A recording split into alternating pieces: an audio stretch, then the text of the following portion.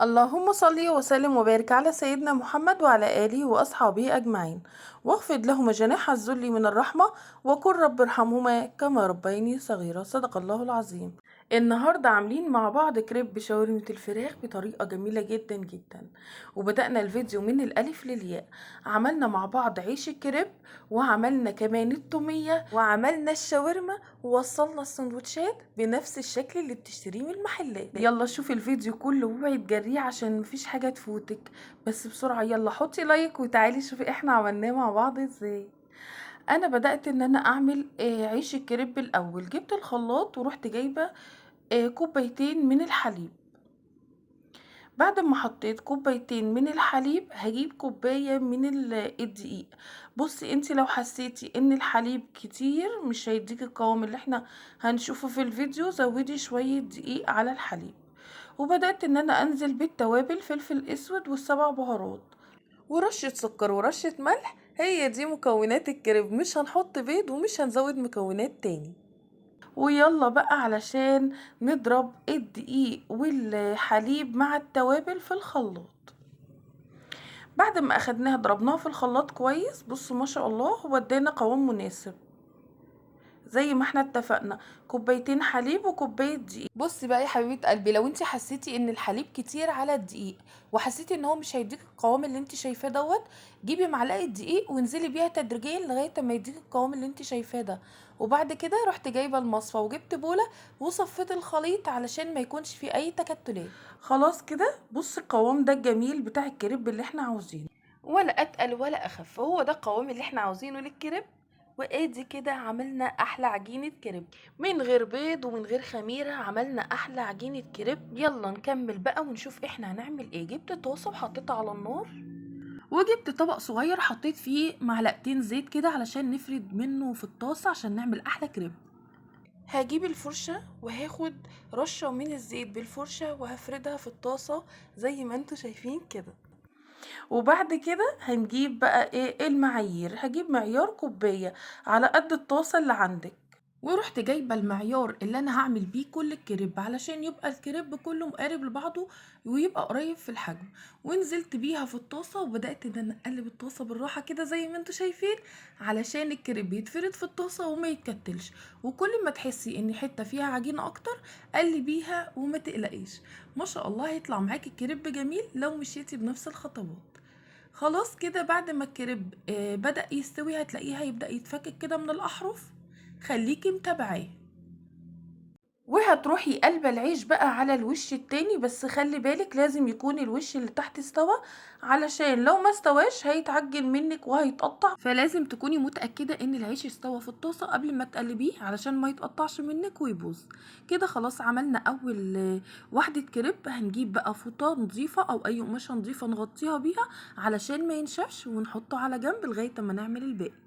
وهنجيب بقى رشة برضو رشة زيت كده ونفردها بالفرشة في الطاسة، ونجيب نفس المعيار ونروح نازلين بيه. بص هو المعيار ده اللي احنا هنعمل بيه كل الكريب. هننزل بالمعيار بشوية العجين اللي احنا عملناه للكريب دوت في الطاسة، ونقلبها بالراحة زي ما انتوا شايفين كده، وتسيبيها شوية. بصي مفيش دقيقة وتروحي قلبها على الوش التاني. ما شاء الله جميل. عملت كل الكريب بالطريقه الجميله دي. بصوا ما شاء الله العيش طالع منفوخ وجميل ازاي. طالما انتي سويتي العيش كويس جدا هيطلع معاكي خطير. عملت كل كميه الكريب بنفس الطريقه الجميله دي. وبصوا ما شاء الله العيش طالع طري وجميل ازاي. بصي خطير. مجرد ان انا كنت بسيبه بس يشم الهوا وبعدين اروح حاطاه في الصينيه واغطيه بالفوطه علشان ما ينشفش. طلع بطريقه جميله جدا وطري وتتحكمي فيه براحتك. بصي بقى التجربه، مسكت العيش حطيته من الايد دي للايد دي، كرمشته في ايديا، ما شاء الله ما تعجنش وكان خطير وطري، وتعرفي تعملي بيه احلى كريب. اي شاورما بانيه اللي انت حباه. بصوا ما شاء الله العيش كان خطير جدا، بشوية حليب وشوية دقيق عملنا احلى كريب في البيت. يلا هنغطيه بقى علشان نعمل الشاورما مع بعض. ويلا خطوة خطوة. انا جبت البصل وقطعته، جبت الفلفل الالوان وقطعته، ورحت جايبة الشاورما برضو معايا. ويلا بقى نشوف هنعمل ايه عند البوتاجاز. جبت الطاسة حطيت فيها المادة الدهنية، المادة الدهنية اللي انت حابة تحطيها للشاورما. ورحت جايبه البصل بعد ما قطعته وبدات ان انا اقلبه في الماده الدهنيه كويس. ليه انا حطيت البصل؟ عشان حابه البصل يدبل، عشان اولادي مش بيحبوه بيقرمش في الاكل. بصي بقى، لو البصل ما فيهوش سوائل حطي ربع كوبايه ميه وقلبي البصله فيه عشان ما تتحرقش منك. وجبت التوابل: فلفل اسود، كمون، 7 بهارات. حطيت توابل الشاورما السوري ورشه سكر والملح، وقلب كل المكونات دي مع البصلايه علشان تتشبع بيها. بعد كده لما البصلايه دبلت كويس نزلت بقى بالشاورما وبدات اكمل سوى البصلايه فيها، وقلب قلب قلب قلب لغايه اما الشاورما خلاص قربت تدخل على السوى.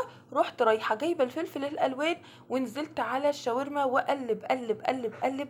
وسبت الشاورما بقى لغايه اما تستوي شويه.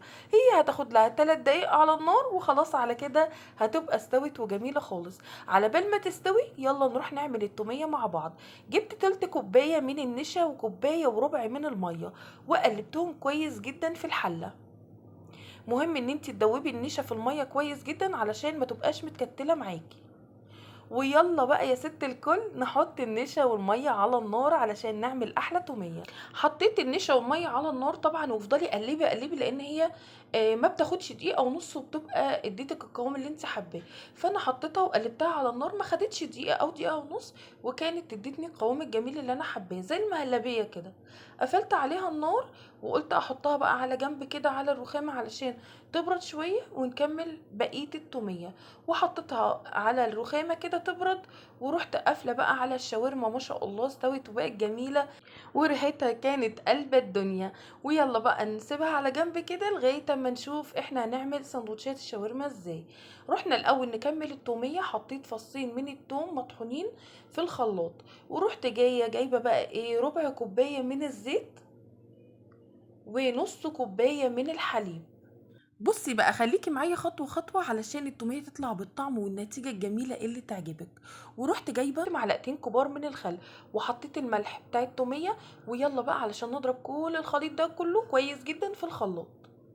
بعد ما ضربت الخليط كله كويس جدا في الخلاط زي ما انتوا شايفين كده، هبدأ بقى خلاص النشا بردت، هبدأ انزل بالنشا ومعاها معلقة كبيرة من المايونيز. وهاخد برضو الخليط ده واضربه تاني في الخلاط كويس جدا. بصوا ما شاء الله اداني القوام دوت للتوميه. انت عايزه تخففيه حطي شويه صغيرين من الحليب، لكن انا شايفه القوام ده كان جميل خالص.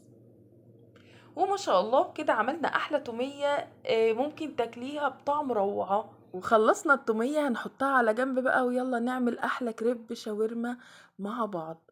اوعي تفصلي الفيديو وتقولي احنا كده خلصنا ولا تجري الفيديو، لا ده في تكات جميلة جدا جدا في نص الفيديو وفي اخر الفيديو. اوعي تفصلي الفيديو وخليكي معايا خطوة خطوة. خلاص كده هبدأ انزل بالشاورما كده في الساندوتش زي ما انتوا شايفين، وهبدأ الف الساندوتش كده على شكل مثلث. بصوا. وبعد كده هكمل حشو الشاورما في الساندوتش. هسيب الساندوتش كده خلاص خلص، هنحطه على جنب وهتفصلي لسه. هنشوف في المحلات بيوصل للمرحلة اللي احنا بنشوفها دي ازاي. بس هعمل الساندوتش ده كمان معاكم وبعد كده نشوف احنا هنعمل ايه بعد كده.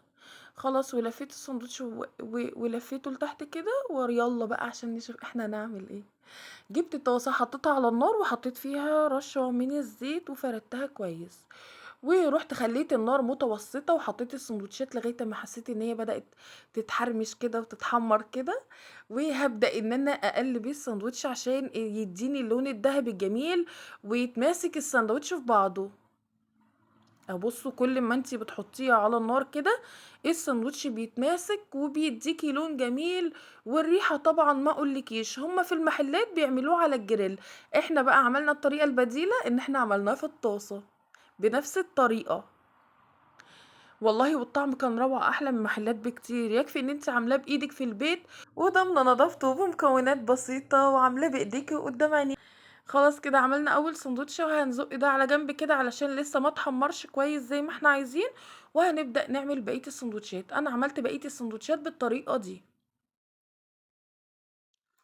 خلاص كده، بصوا ما شاء الله، بصوا خطير ولونه روعة وطعمه تحفة.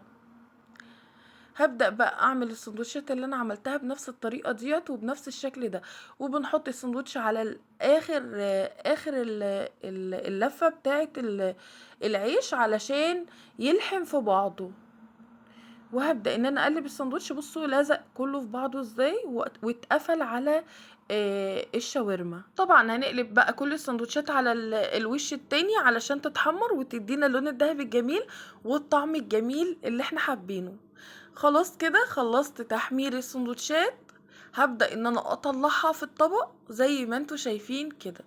عايزه اقول لكم يا ريت اللي اول مره يشوف قناتي ما ينساش بالاشتراكات ويفعل الجرس علشان يوصل له كل جديد، وكومنتاتكم جميله ربنا ما يحرمني منكم ابدا، ونفضل مع بعض على طول، ولايكات كتير كتير كتير علشان القناه تفضل معاكم. وما شاء الله عملنا السندوتشات باللون الذهبي الجميل ده وخلصنا كل الكميه بنفس الطريقه.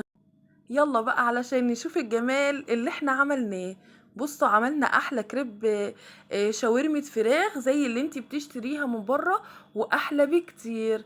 وطبعا كنت جايبه المايونيز وجبت الكاتشب. طبعا حبيش الاكله بقى زي ما انتي حابه. وبكده خلاص يعتبر خلصنا الفيديو. عملنا عيش الكريب وعملنا الشاورما مع بعض وعملنا التوميه وخلصنا الاكله مع بعض زي ما انتوا شايفين من الالف للياء. بصوا ما شاء الله السندوتش جميل ازاي، والعيش مستوي وخطير، والشاورما روعه.